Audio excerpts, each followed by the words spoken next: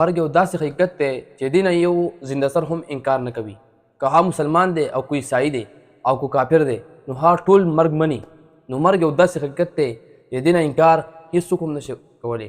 الله تعالی په قرآن کې فرمایي کل نفس ذائقة الموت، هر جاندار لره مرګ دی. دا شان د مرګ په باره کې محدثینو یو مثال ذکر کړی دی، وایي د مرګ مثال دا د صفر دی. وایي صفر هندسې له چې په څه کې هم ضرب ورکې د هغه صفر راځي. وایي دک رنګ چې کوم انسان نه مرګ رالی نو د نوم ناموس او مال دولت او څومره شهرت و هغه ټول ختم شو د مرګ سره.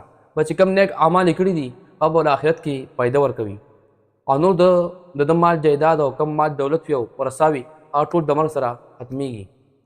نو موږ تاسو ته پکار دي د دې مرګ دپاره تیاری وکړو، ځکه چې کله مرګ راشي نو بیا الله تعالی دویمه موقع نه ورکوي. نو موږ له پکار دي د مرګ د راتلو نه مخکې د آخرت دپاره تیاری وکړو او نیک اعمال وکړو. واخر دعوانا ان الحمد لله رب العالمین.